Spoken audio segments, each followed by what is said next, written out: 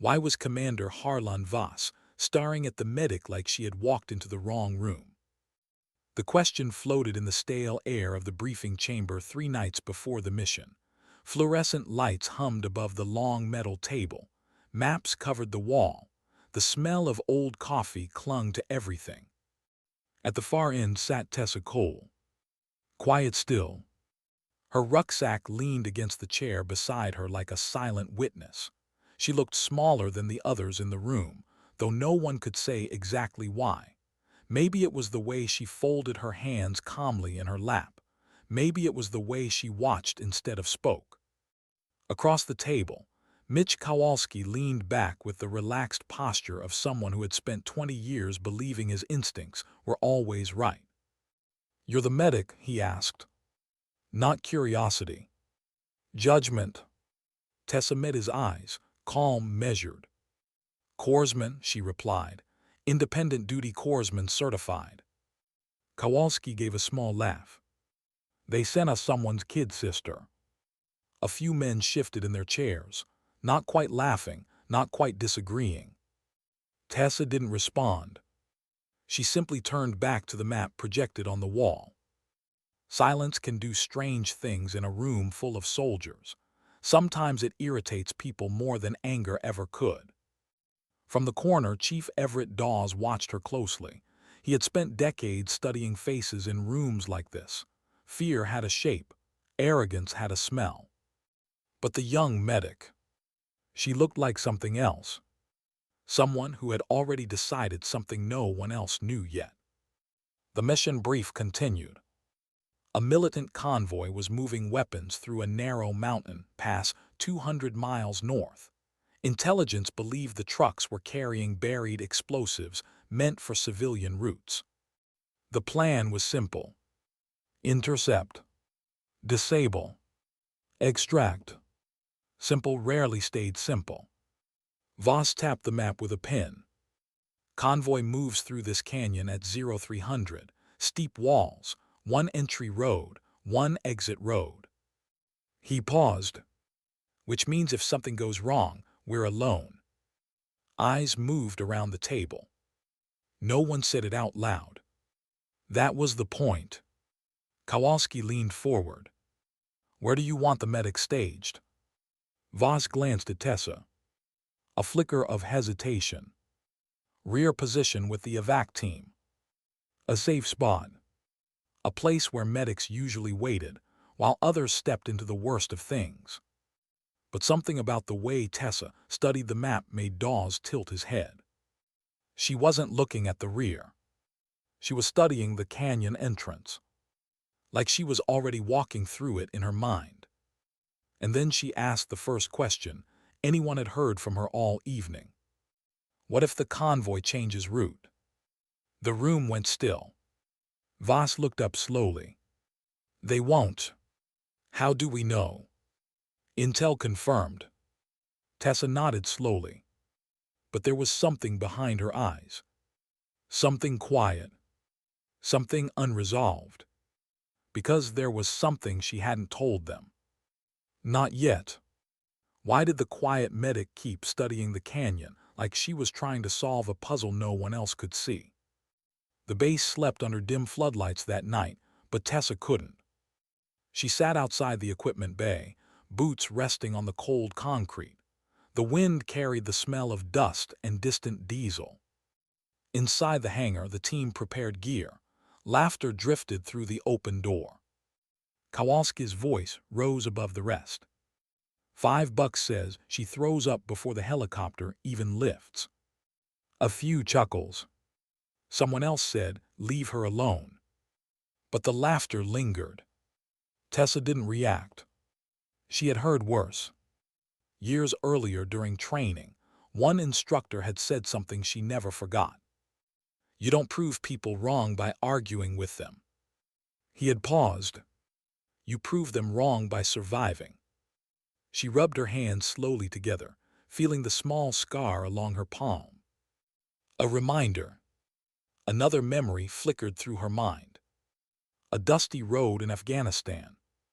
An overturned vehicle. A young soldier bleeding out in the dirt, while she tried to stop the hemorrhage. The radio screaming for evacuation. The helicopter arriving too late.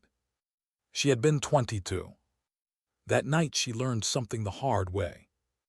Sometimes medics arrive where damage already lives. But sometimes, if they get there first, they change everything. Footsteps approached. Chief Dawes sat beside her without asking. For a while they listened to the wind. "You're thinking too hard," he said eventually. "Maybe. You're worried. Maybe." Dawes studied her. "You saw something in that briefing." Tessa exhaled slowly. "The canyon." "What about it?" "If the convoy gets blocked." She traced a line in the dust with her finger. "They'll push through the side route here." Dawes looked. "That's mind." "Exactly." The old chief leaned back. "So what are you thinking?" She hesitated, because the thought had been sitting quietly in her mind since the briefing. If the convoy panicked, if they rushed the side road, those buried mines wouldn't just stop vehicles. They would tear people apart. Friendly people. Enemy people. Anyone. The chief watched her carefully. "You're thinking about clearing them." Tessa didn't answer. Dawes let out a low whistle. "That's a suicide job under fire." The wind moved between them. Finally she spoke. "If someone has to go forward, it should be the medic." Dawes looked at her like he was seeing something that didn't fit into the room. "You're not even assigned to the front." "I know. And Voss won't approve that." "I know." Another long silence. The chief rubbed his beard slowly. "You planning to ask anyway?" Tessa stared at the dark mountains beyond the base lights. "No." Dawes frowned slightly. "Then what are you planning?" She didn't answer. Because sometimes decisions grow quietly inside a person, long before anyone else hears about them. And sometimes, those decisions wait for the moment when orders and conscience collide. What made Tessa Cole run toward the canyon when everyone else was pulling back? The mission began before dawn. Rotor blades cut through the cold night air as the helicopters lifted from the base. Inside the cabin, soldiers checked weapons in practiced silence. Kowalski sat across from Tessa. He studied her for a moment. "You always this quiet?" "Yes." He smirked. "You scared?" "No." Another pause. He leaned closer. "You should be." Tessa looked at him calmly. "Everyone should be." The helicopter banked over dark mountains. Below them, the narrow canyon looked like a crack in the earth. Exactly the kind of place where plans went to die. They landed 2 miles from the intercept point. Boots hit the ground. Gear adjusted. Voices turned low and sharp. The team moved into position along the canyon walls. Tessa stayed with the rear support group like she had been ordered. But her eyes never left the narrow side road carved into the rock. The one the map marked with a small red warning. MINES. Minutes passed. Then headlights appeared in the distance. The convoy. 3 trucks. 2 escort vehicles. They rolled slowly into the canyon. The team prepared to strike. Everything looked exactly like the plan. Until the first explosion. Not from the SEAL team. From somewhere deeper in the canyon. The convoy slammed to a halt. Gunfire erupted. Not expected. Not planned. Enemy reinforcements. Voss shouted orders through the radio. Fallback positions. The canyon turned into chaos. Tracer rounds streaked across the darkness. The convoy drivers panicked. One truck swerved. Toward the side road. Toward the minefield. Tessa's heart dropped. She saw the driver forcing the wheel, trying to escape the ambush, straight toward buried explosives. If that truck hit one, the blast would chain through the entire field. Everyone nearby would die, friendly or not. Her radio crackled. Hold rear position. She froze for half a second. Orders were clear. Stay back. Stay safe. Stay ready. But her mind replayed the map. The mines. The truck accelerating. She stood up and ran. Tessa, someone shouted. But she was already moving. Down the slope. Toward the road. Toward the buried explosives. Bullets cracked against rock around her. Her breath burned. Her hands moved automatically through her pack. Mine probe. Marker tape. Everything she had practiced 1,000 times. She dropped to her knees in the dirt. The truck engine roared closer. She began clearing a path. 1 inch at a time. Every movement slow. Every breath careful. Because one mistake meant everything ended. The radio screamed in her ear. You'll die out there. Maybe. But the truck was only seconds away. And sometimes, a medic runs toward danger not because she believes she will survive, but because someone else might. Why did the radio fall silent when the explosion finally came? The truck skidded to a stop 20 feet from Tessa. The driver stared at her like she was a ghost kneeling in the dirt. She didn't look up. Reverse, she shouted. The driver hesitated. Now. The truck lurched backward. Tessa kept working. Sweat dripped into her eyes despite the cold. Probe the ground. Mark the edge. Clear the path. 1 mine at a time. Gunfire echoed through the canyon walls. Somewhere behind her, the SEAL team pushed back against the ambush. But none of that mattered in the narrow world where her hands moved through the dirt. Because the minefield stretched 30 yards, and she had cleared maybe 8. The radio crackled again. Tessa fall back. She ignored it. The ground trembled as another vehicle tried to turn. Too fast. Too close. Her heart slammed. Stop. Too late. A wheel clipped the edge of an unmarked mine. The explosion ripped through the canyon. A white flash. A thunderclap. Then silence. Dust swallowed everything. The radio went dead. For a moment, no one moved.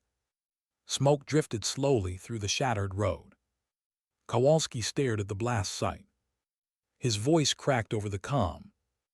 Cole. No answer. The dust settled inch by inch. A ruined truck burned near the minefield edge. Shrapnel scattered across the dirt. And then someone saw movement. Near the ground. A small figure lying in the cleared path. Chief Dawes ran first. He slid to his knees beside her. Tessa. Her body was half buried in dust. Blood streaked her sleeve. But her chest moved. Barely. Her eyes opened slowly. Dawes leaned closer. You idiot, he whispered softly. Her lips curved slightly. Not quite a smile. But close. Path's clear, she murmured. Behind them, the convoy vehicles reversed safely out of the canyon. The minefield stayed quiet. No chain explosions. No mass casualties. Just one medic lying in the dirt. And a silence filled with something heavier than relief. How does someone survive the moment everyone else believed would end them? The helicopter ride back felt longer than the entire mission. Tessa drifted in and out of consciousness while the medical team worked around her. Fractured ribs. Concussion. Shrapnel wounds. Nothing immediately fatal. Which surprised almost everyone. Kowalski sat across the cabin, staring at his hands. Hours earlier, he had laughed at the medic. Now he kept replaying the image of her kneeling in that minefield, working calmly while bullets cracked around her. The helicopter lights flickered across her face. She looked impossibly young. Dawes noticed Kowalski watching. "You want to say something?" The older operator shook his head. "Wouldn't know where to start." The chief nodded slowly. "Start with respect." Kowalski exhaled. "I thought she was going to get us killed." Dawes glanced toward Tessa. "Turns out she was the reason we walked away." The helicopter blades thumped steadily through the night. And somewhere in that rhythm, a quiet realization settled over the team. Courage rarely looks like the movies. It often looks like someone small and quiet doing something nobody else wants to do. Later at the field hospital, doctors worked through the night. The blast had thrown Tessa several meters, but the cleared path had saved her from the worst of the detonation. By morning she was alive. Barely awake, but alive. Commander Voss stood outside the recovery room. He looked tired. Older. Dawes approached him. "She disobeyed a direct order." Voss nodded slowly. "I know. Saved a convoy of civilians and 3 of our operators." "I know that too." Silence lingered. Finally Voss spoke. "I stared at her in the briefing because I thought she didn't belong." Dawes raised an eyebrow. "And now?" Voss looked through the glass window. At the medic lying in the hospital bed. "Now I'm wondering how many people in that room didn't belong." What did the team finally understand about the quiet medic weeks after the Canyon mission? Recovery took time. Broken ribs heal slowly. Concussions heal slower. But Tessa eventually returned to duty. No dramatic ceremony. No speeches. Just a quiet morning at the base when she walked back into the equipment bay. The room went silent. Kowalski stood first. He scratched the back of his neck awkwardly. "Hey, Korsman." She looked at him. "Yes." He hesitated, then extended a small object. Her mind probe. "Recovered from the canyon. Bent near the tip. Figured you want this back." Tessa took it carefully. "Thank you." Another pause filled the room. Finally, Kowalski said what everyone else had been thinking. "Why did you run out there?" She considered the question. The honest answer wasn't heroic. It wasn't dramatic. It was simpler than that. Because the mines were already there. The room stayed quiet. She continued softly. If nobody cleared them, someone was going to die. Dawes smiled faintly from the corner. Sometimes the clearest logic sounds like bravery to everyone else. Weeks later, a commendation arrived. Official recognition. Medal paperwork. Tessa read it once, then placed it in a drawer. Not because it didn't matter, but because something else mattered more. That night she stood outside the barracks watching the desert sky. The same quiet wind moved across the base. Dawes joined her again. "You ever regret it?" he asked. "The minefield." She thought for a moment. "No." "Why not?" Tessa looked toward the dark outline of distant mountains. "Because fear isn't the worst thing that can happen to a person." The chief waited. She finished softly. "Living with the moment you didn't act is worse." The wind moved through the empty yard. Somewhere in the distance, a helicopter lifted into the night. And the quiet medic watched it disappear beyond the mountains. Because sometimes the strongest people are not the loudest. Sometimes they sit silently at the end of the table while others underestimate them. Sometimes they run toward the danger everyone else is trying to escape. Not for glory, not for medals, but because something inside them refuses to walk away. And in the end, that quiet decision becomes the thing everyone remembers. Because sometimes courage doesn't shout. It kneels in the dirt. It works slowly. It bleeds quietly. And when the dust finally settles, it simply smiles. Sometimes dignity doesn't speak. It simply acts. What made the quiet medic keep staring at the canyon map long after everyone else had stopped thinking about it? The base slept under dull yellow floodlights, but Tessa Cole wasn't tired. Not really. She sat alone outside the equipment bay, boots resting on cold concrete, elbows on her knees. The wind moved slowly across the desert floor, carrying dust and the distant rumble of generators. Somewhere beyond the wire fence, mountains cut jagged shadows into the night sky. Inside the hangar, laughter echoed. Most of the team was there, packing gear, checking rifles, arguing about stupid things soldiers always argued about before missions. It sounded normal, almost relaxed. But something about the canyon from the briefing kept replaying inside her mind like a quiet warning no one else seemed to hear. Tessa held the folded mission map in her hands. She had taken it from the table after the meeting ended. No one stopped her.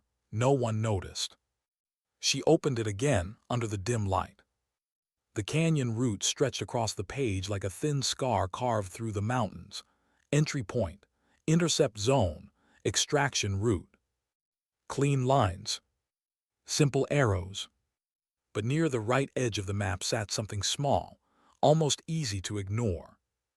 A red triangle. Minefield. Her finger traced the narrow dirt road beside it.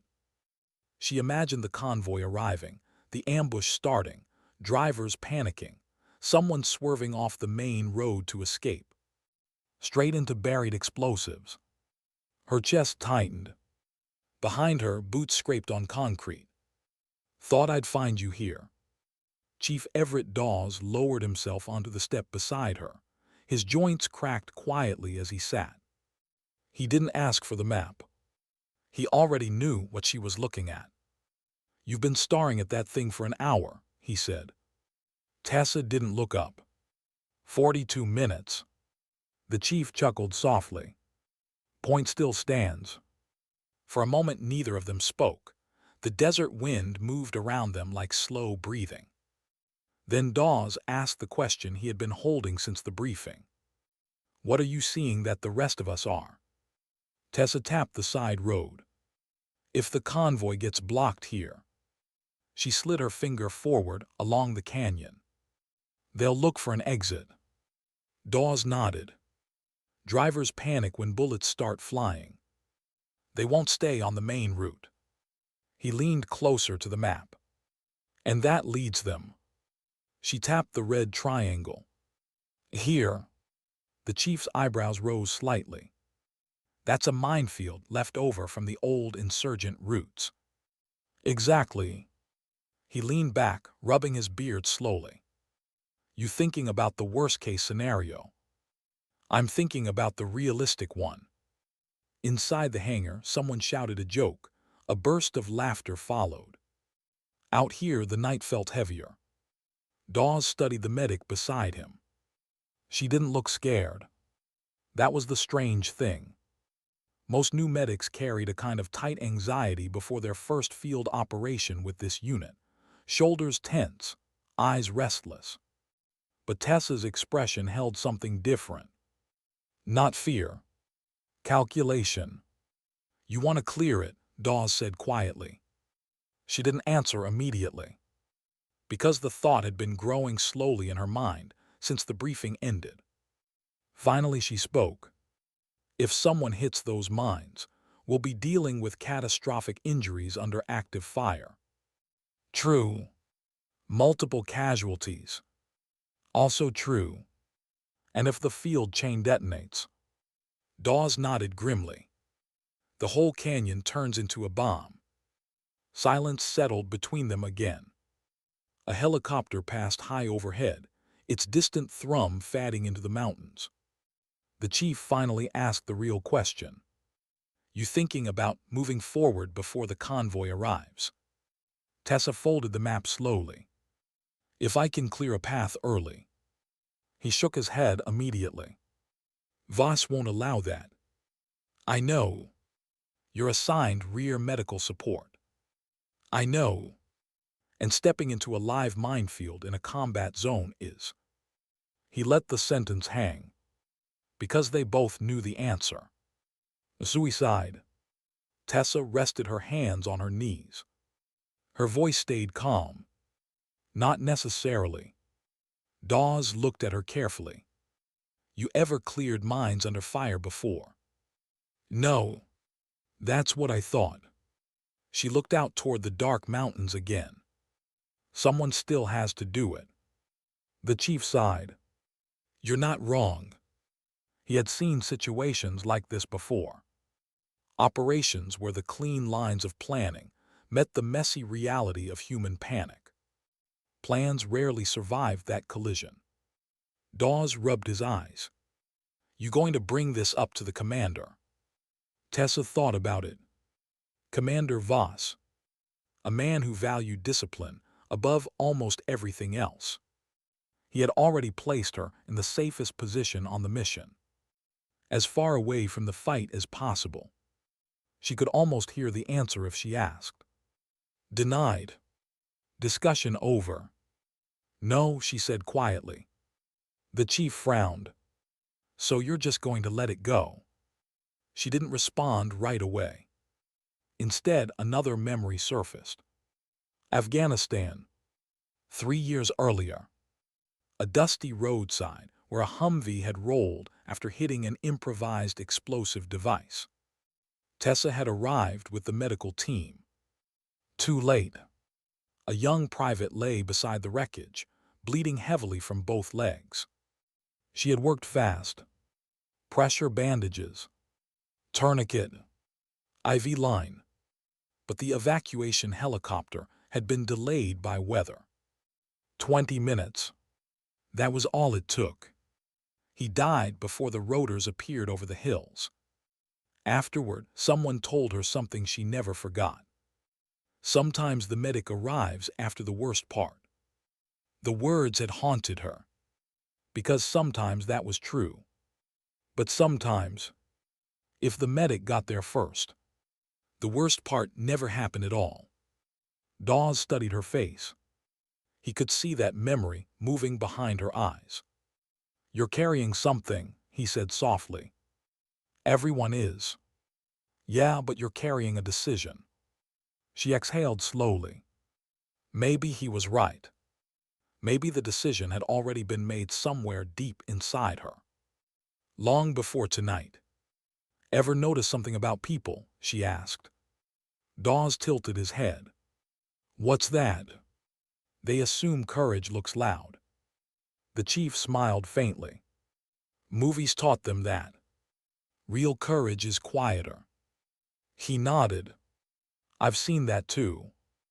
Inside the hangar, the laughter faded as soldiers began shutting down lights. The mission clock was ticking. In a few hours, helicopters would lift them toward the canyon. Toward whatever waited there. Dawes pushed himself to his feet.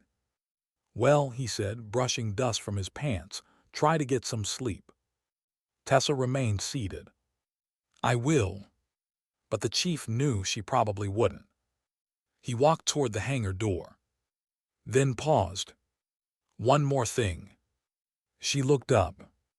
If you decide to do something reckless tomorrow. He pointed at the map still in her hands. Make sure it actually saves someone. A small pause passed between them. Then Tessa nodded. That's the only reason I would. Dawes studied her for another second. Then he gave a short, thoughtful nod. Good. He stepped inside the hangar. The door closed behind him with a dull metallic sound. Tessa remained alone under the desert sky. The wind moved across the concrete again. She unfolded the map one last time. Her finger rested on the minefield. Not because she wanted to go there, but because she knew someone might. And if that moment came, she wanted to be ready. Because sometimes the most dangerous decisions in war are not made in the middle of gunfire. They are made quietly, hours earlier, by someone sitting alone in the dark, looking at a map, and wondering whether following orders would cost more lives than breaking them. What made Tessa Cole step off the ridge and run toward the minefield when every order in her headset told her to stay back? The canyon was darker than she expected. Not just the absence of light, but the kind of darkness that felt heavy, like the mountains themselves were holding their breath. The helicopter had left them 2 miles away, and the team moved the rest of the distance on foot, slipping between rocks and scrub brush as quietly as shadows. Tessa walked near the rear of the column, just like the orders said. Her medical pack felt heavier tonight, not because of the equipment inside. She had carried the same load 100 times before, but because her mind refused to stop circling the same thought. The side road, the minefield, the possibility no one else seemed worried about. Ahead of her, Kowalski raised a hand. The column froze instantly. Convoy lights appeared in the distance. 3 trucks, 2 escort vehicles. Exactly what intelligence predicted. Commander Voss whispered through the comms. Positions. The team spread out along the canyon walls, slipping behind rocks and ridges that overlooked the narrow road. Rifles steadied. Night vision goggles dropped over eyes. Everything moved with the quiet precision of people who had rehearsed this kind of moment for years. Tessa knelt beside a rock outcropping. From here she could see the road clearly. Dust rolled under the convoy tires as the vehicles crawled deeper into the canyon. Their engines echoed off the stone walls, sounding louder than they probably were. For a moment, everything looked exactly like the plan. Too exactly. Her chest tightened. She glanced toward the narrow dirt road branching off the canyon. Still empty. Still quiet. But her instincts refused to settle. Kowalski's voice crackled softly over the radio. Convoy entering intercept zone. Voss answered calmly. Stand by. The trucks rolled closer. Closer. Closer. Then something changed. At first it was subtle. A flicker of light deeper inside the canyon. Then another. Tessa leaned forward slightly. Her pulse quickened. That's not us, someone whispered over the radio. The first explosion tore through the silence like a thunderclap. But it didn't come from the SEAL team. It came from the far end of the canyon. A hidden position. Gunfire erupted instantly. Tracer rounds streaked across the darkness. The convoy slammed to a stop. Drivers shouted in confusion. One escort vehicle spun sideways, trying to find the direction of the attack. Ambush, someone barked. But not theirs. Not the planned one. Enemy reinforcements had arrived first. The canyon exploded into chaos. Bullets cracked against rock walls. Engines roared as vehicles tried to maneuver in the narrow space. Someone screamed over the radio. Commander Voss reacted immediately. All units hold position. But the convoy drivers weren't trained soldiers. They panicked. The lead truck lurched forward suddenly, swerving around the disabled escort vehicle. Trying to escape. Trying to find any road that led away from gunfire. Tessa's heart dropped. Because the only open road in sight was the one leading toward the minefield. No, she whispered under her breath. The truck accelerated. Dust sprayed from its tires as it veered toward the narrow side path. Inside her headset, orders flew rapidly. Block the road. Take the tires. But the angle was wrong. The distance too far. No clean shot without risking the driver. The truck turned onto the dirt road, straight toward the buried explosives. Tessa felt the world narrow around that single moment. She could see it clearly in her mind. The first tire hitting a pressure plate. The explosion. Then the chain reaction through the field. Every mine detonating in sequence. A wall of fire tearing through the canyon. Friendly soldiers. Enemy fighters. Civilians in the convoy. Everyone inside that blast radius would disappear. Her radio crackled. Rear team stay in position. The order came from Voss. Clear. Direct. Stay back. Her training told her to obey. Her instincts told her something else. The truck engine roared closer to the minefield entrance. 30 seconds. Maybe less. Tessa's hands tightened around her rifle.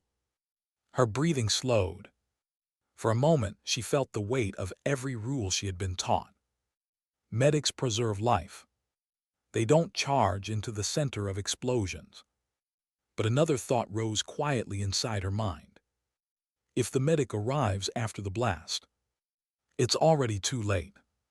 The truck bounced over a rock, accelerating toward the dirt road. 20 seconds. Tessa stood up. Tessa, hold position, someone shouted through the radio. But her feet were already moving.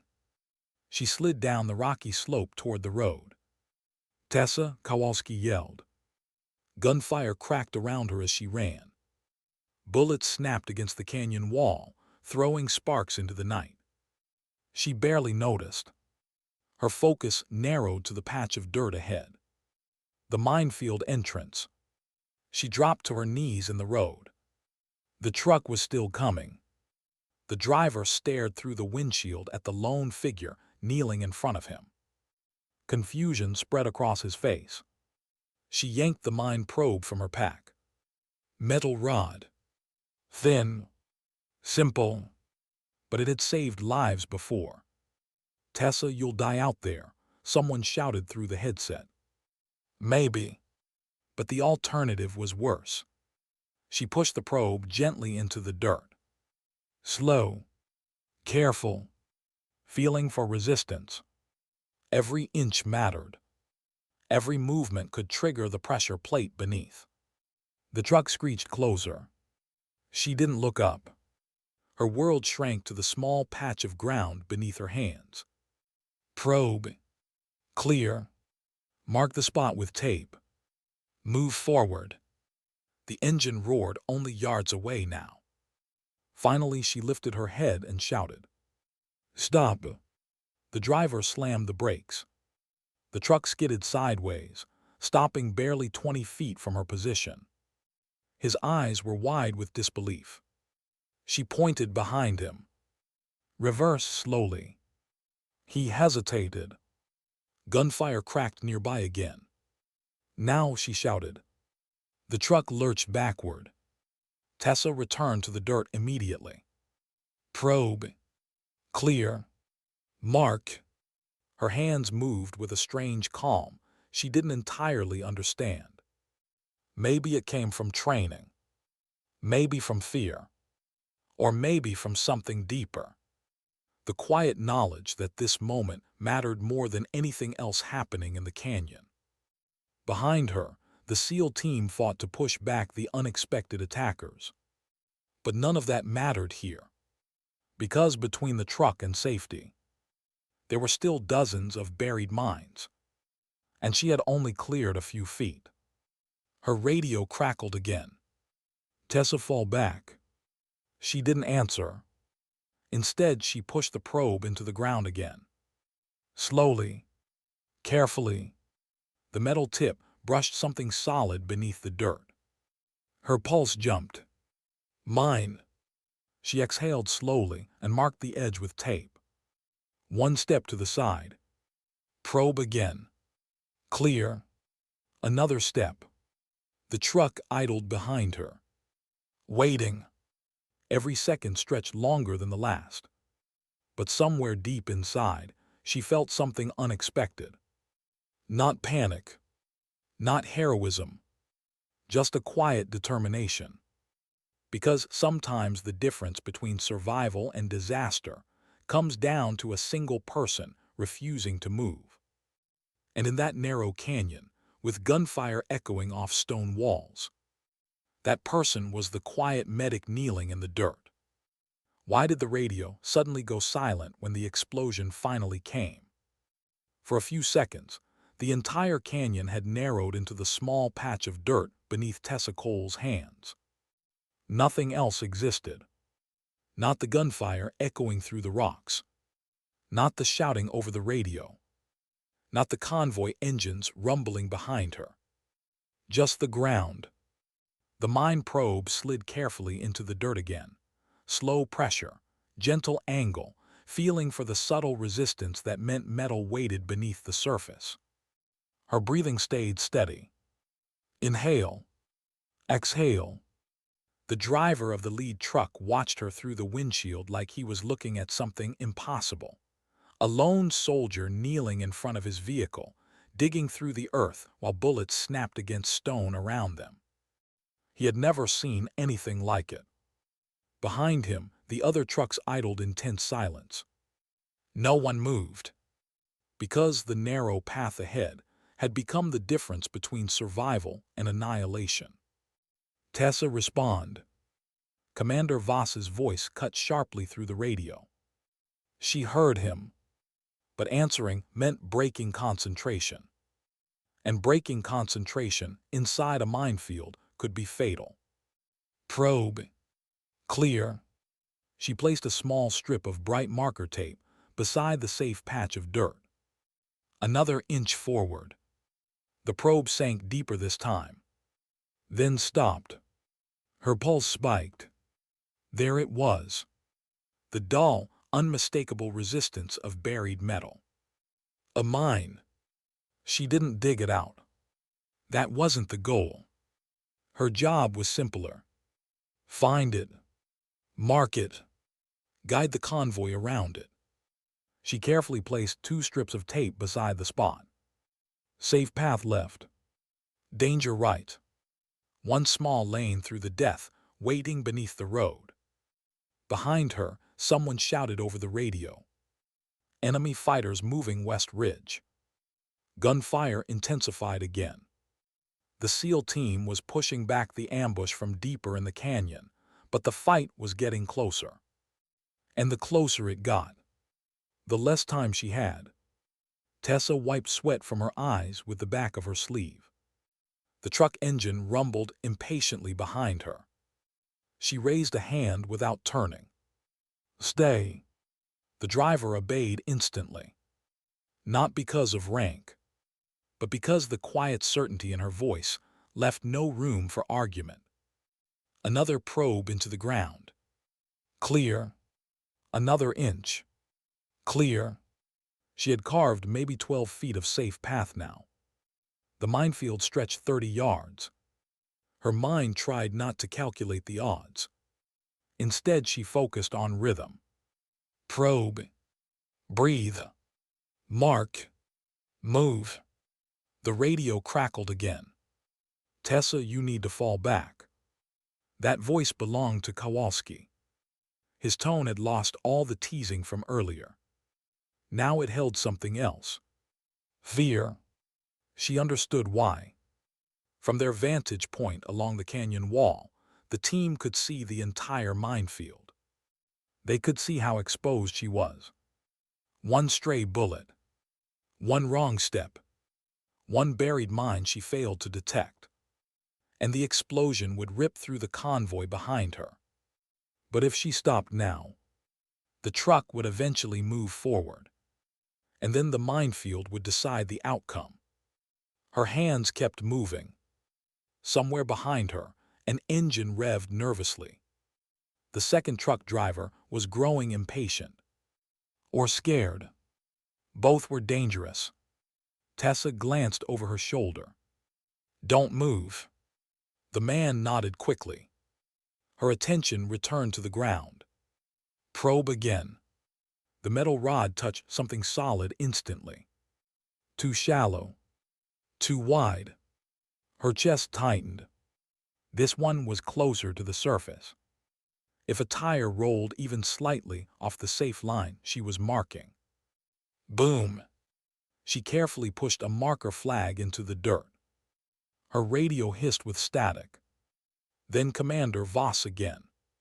Cole, that's an order, fall back now. She paused. For the first time since entering the minefield. Orders mattered. Discipline mattered. They were the backbone of every successful mission. But orders sometimes collided with reality. And reality was kneeling beneath her hands. The safe path was only halfway finished. The trucks couldn't move yet. Not safely. She pressed the radio button. Her voice was calm. Negative. Silence answered her. For 2 seconds. Then Voss's voice returned, sharper than before. That's a direct order. Tessa looked down at the dirt again. Another mine waited inches beneath the surface. She marked it carefully. Then spoke again. Almost clear. But she knew that wasn't entirely true. Behind her, the convoy driver shifted the truck slightly. Too quickly. The tire rolled a few inches toward the edge of the marked path. Tire left, she shouted. The driver jerked the wheel.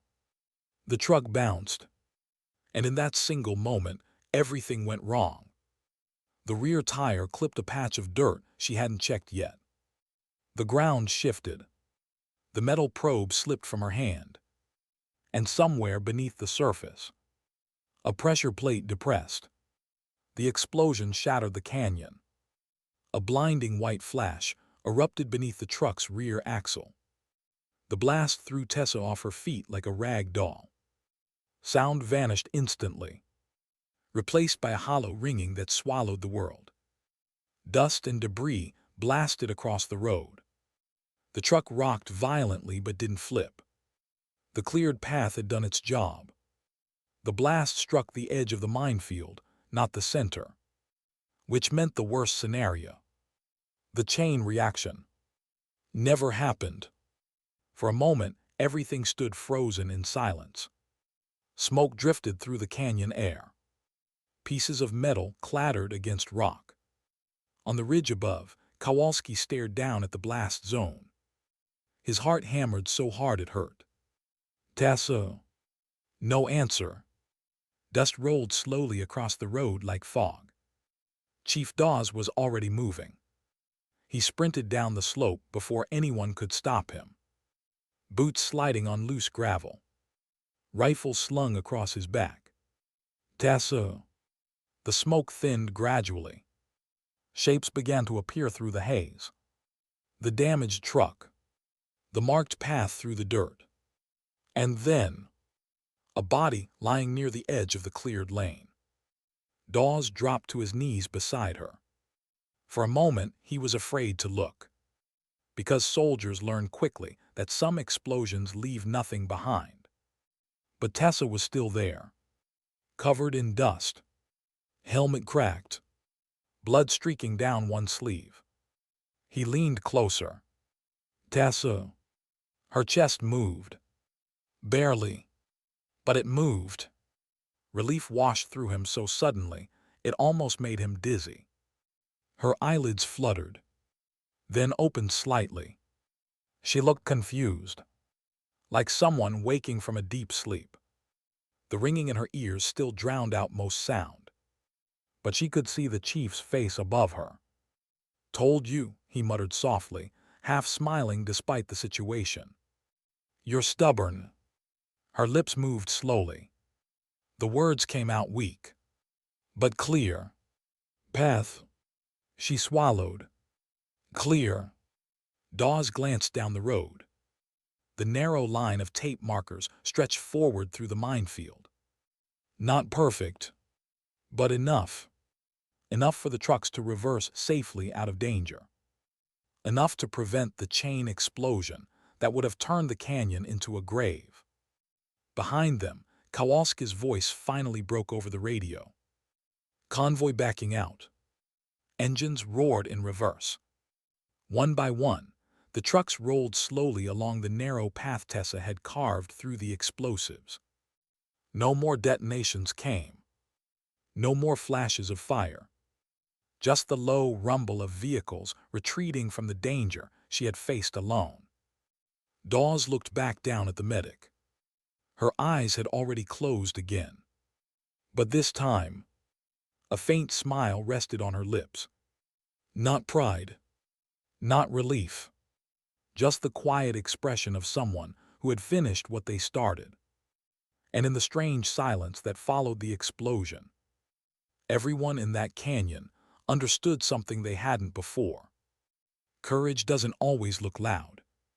Sometimes it looks like a single soldier kneeling in the dirt, working slowly, knowing the blast might come anyway, and doing it anyway. How does someone survive the moment everyone else believed would end them? For a long time after the explosion, the canyon smelled like burned metal and dust. Smoke drifted through the narrow road in slow gray ribbons. The echo of the blast still lingered against the stone walls, fatting little by little until only distant gunfire remained. Chief Dawes knelt beside Tessa Cole, one hand gently pressing against her shoulder. "Tessa, stay with me." Her eyes fluttered again. Not fully open, not fully closed. Just enough to show she was still somewhere inside the pain. Blood ran down her sleeve from a cut near the elbow, soaking into the dirt beneath her arm. Her helmet had split along the side, and dust covered her face so completely she almost looked carved from the canyon itself. But she was breathing. Slow. Uneven. Still breathing. Above them on the ridge, Kowalski's voice crackled through the radio. Convoys revering, paths holding. Relief moved quietly through the team. One truck. Then the second. Then the third. Each vehicle carefully followed the narrow lane of marker tape Tessa had placed through the minefield. No more explosions came. No chain reaction. No wall of fire tearing through the canyon. Just engines backing away from the disaster that almost happened. Commander Voss exhaled slowly over the radio. "Extraction team, move in." Dawes nodded to himself. "About time." He slid an arm under Tessa's shoulders carefully. "You picked a hell of a place to take a nap." Her lips moved slightly. It took a moment before the words came out. "Did it work?" The chief almost laughed. "Yeah," he said quietly, "it worked." Her head shifted slightly toward the road. Through half-blurred vision, she could see the trucks retreating slowly along the path she had cleared. Dust rising behind them. Alive. No burning wreckage. No screaming casualties. Just vehicles leaving a place that could have become a grave. Her chest lifted in a deeper breath. Then pain crashed back in. Her ribs screamed with every movement. Her ears still rang from the blast. The world tilted strangely whenever she tried to focus. Dawes noticed immediately. "Easy," he murmured. Boots thundered down the slope behind them. Kowalski arrived first, breathing hard. For a moment he simply stared. At the minefield. At the tape markers. At the medic lying in the middle of it. "You're kidding me," he muttered. Dawes glanced at him. "Not tonight." Kowalski crouched beside them. His usual confidence was gone, replaced by something quieter, something almost uncertain. "You actually cleared that path." Dawes gestured toward the tape. "She did." Kowalski shook his head slowly. "You're insane," he said softly. Tessa managed the faintest smile. "Maybe." More operators arrived moments later, forming a protective perimeter while the firefight deeper in the canyon finally died down. Enemy reinforcements had retreated. The ambush had collapsed, but no one was celebrating, because everyone kept looking at the minefield, and then back at the medic who had walked into it alone. A helicopter thumped into the canyon air 20 minutes later. The sound echoed between the cliffs as the medevac bird descended onto the narrow strip of road. Rotor wash blasted dust everywhere. The medical crew jumped out immediately with a stretcher. Dawes helped lift Tessa carefully. She winced as her ribs shifted. "Sorry," he said. "Not your fault." The helicopter medic examined her quickly. Concussion likely, shrapnel in the arm, possible rib fractures. Kowalski folded his arms. "That it?" The medic looked at him. "You disappointed?" He shook his head. "Just surprised." Tessa's eyes closed again as they secured her onto the stretcher. The adrenaline that had carried her through the minefield was fading now. Pain crept into every muscle. The helicopter lifted minutes later. As the canyon shrank beneath them, Tessa drifted in and out of consciousness. But certain images stayed clear. The dirt beneath her hands. The truck stopping just feet away. The sudden flash of white when the mine detonated. And something else. A memory. That soldier years ago. The one she couldn't save because she arrived too late. For the first time since that day, the weight of that memory felt lighter. Not gone, but lighter. Across from the stretcher, Kowalski sat silently. His helmet rested in his hands. Every few seconds he glanced toward Tessa like he still couldn't quite believe what he had seen. Finally he spoke. "You know," he said quietly to Dawes, "earlier tonight I bet $5 she'd throw up before the helicopter lifted." The chief raised an eyebrow. "Yeah." Kowalski nodded slowly. "Now I'm pretty sure she's tougher than half the team." Dawes smirked. "Only half." For the first time since the explosion, Kowalski laughed. A short, tired laugh. But genuine. The helicopter flew through the dark desert sky toward the base hospital. Inside the cabin, Tessa's breathing steadied. Her pulse stabilized. The medic crew worked calmly around her injuries. Nothing catastrophic. Nothing life-ending. Just the brutal collection of wounds that came from standing too close to an explosion. Hours later, she woke again under bright white hospital lights. The ceiling looked unfamiliar at first. Then memory slowly returned. The canyon. The minefield. The truck. Her head turned slightly. Commander Voss stood near the doorway. Arms crossed. Watching quietly. When he noticed her awake, he stepped closer. "You disobeyed a direct order," he said. His voice was calm. Not angry. Just factual. Tessa swallowed.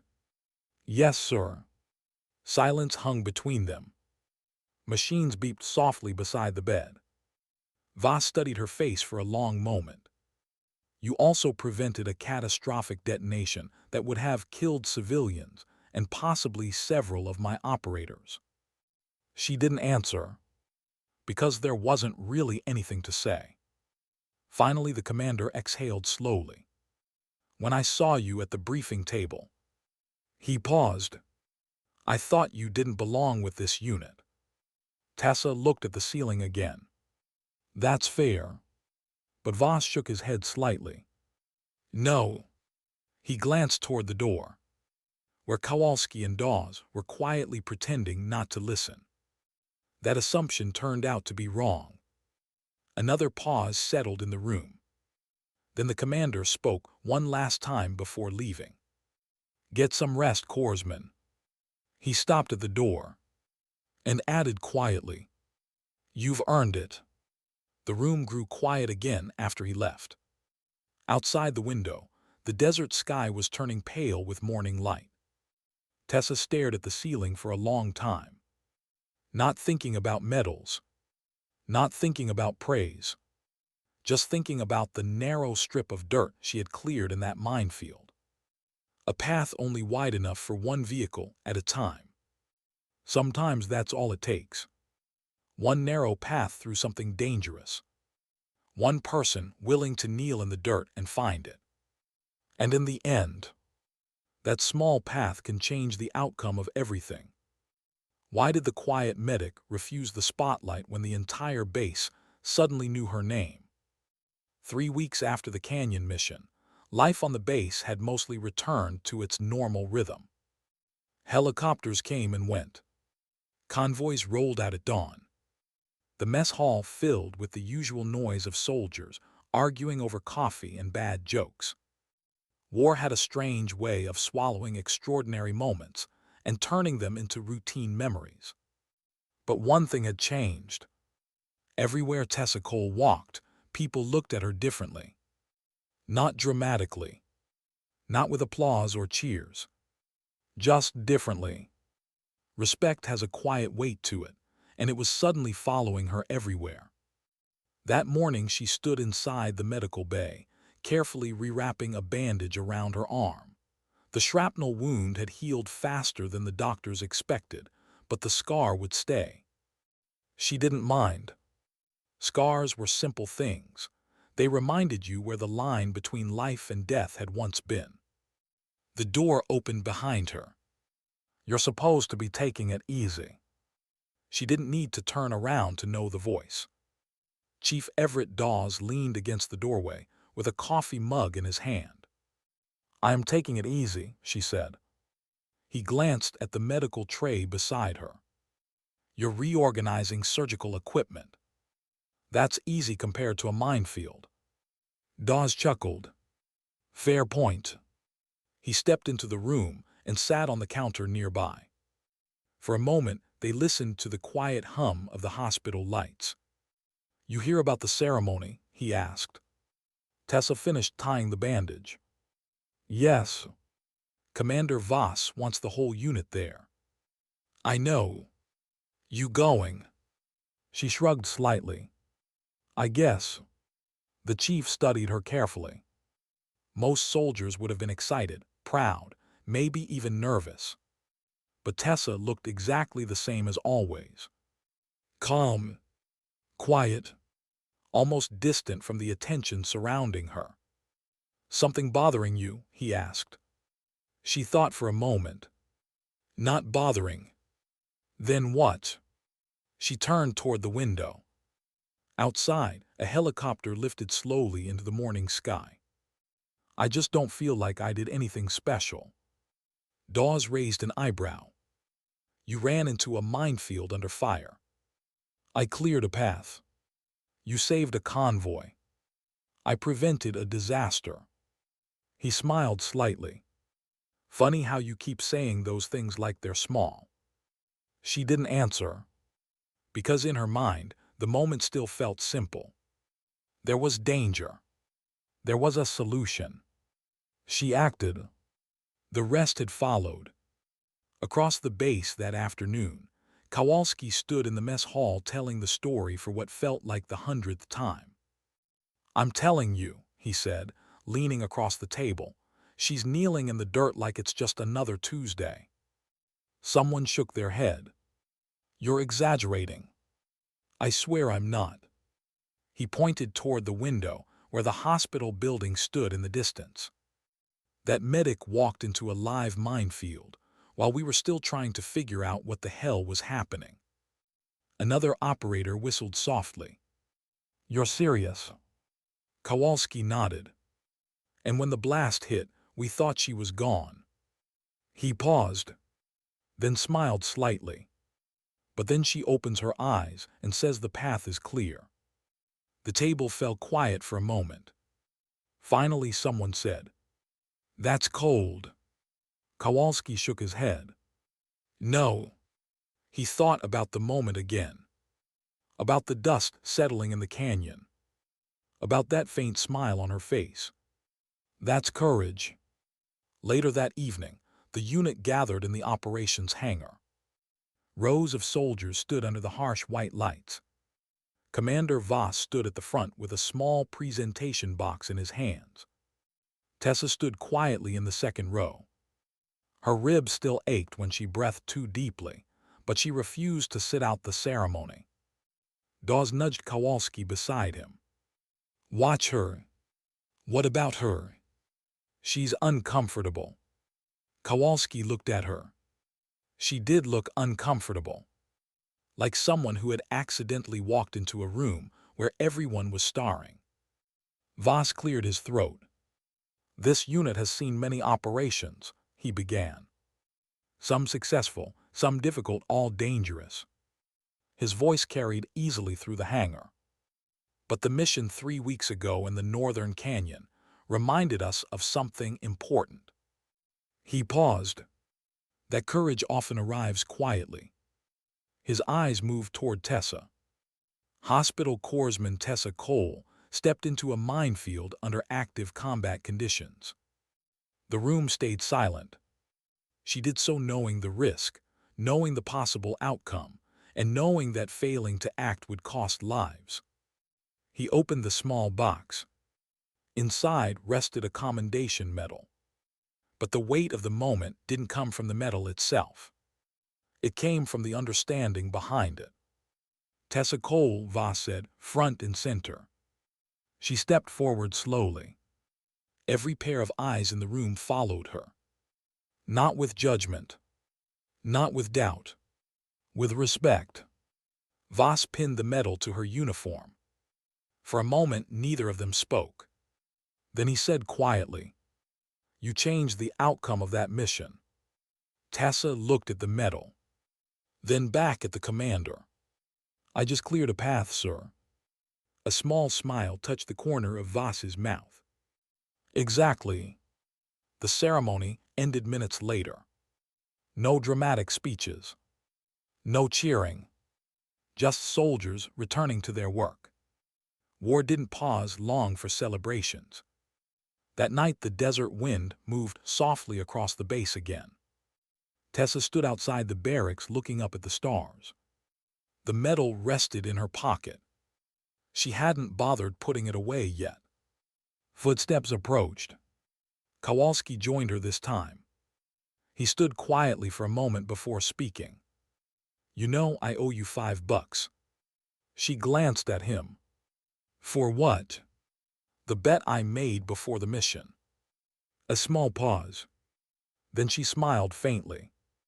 "You don't owe me anything." He nodded slowly. "Yeah," he said, "I kind of do." They stood in silence for a while. Finally, he asked the question everyone had been wondering. "When you ran into that minefield, were you scared?"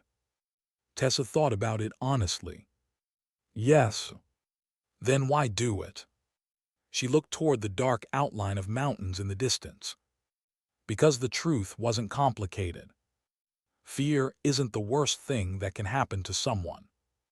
Kowalski waited. She finished softly. "Living with the moment you didn't act is worse." The wind moved across the desert again. And somewhere far away, another helicopter disappeared into the night sky. The war would continue.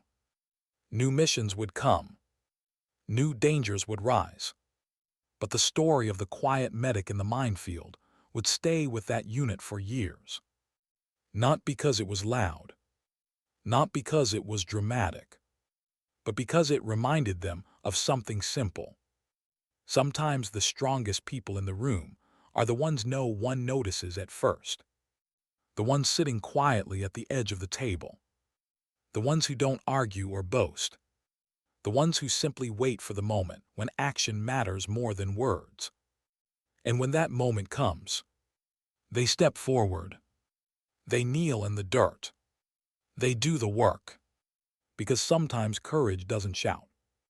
Sometimes dignity doesn't ask for attention. It simply acts.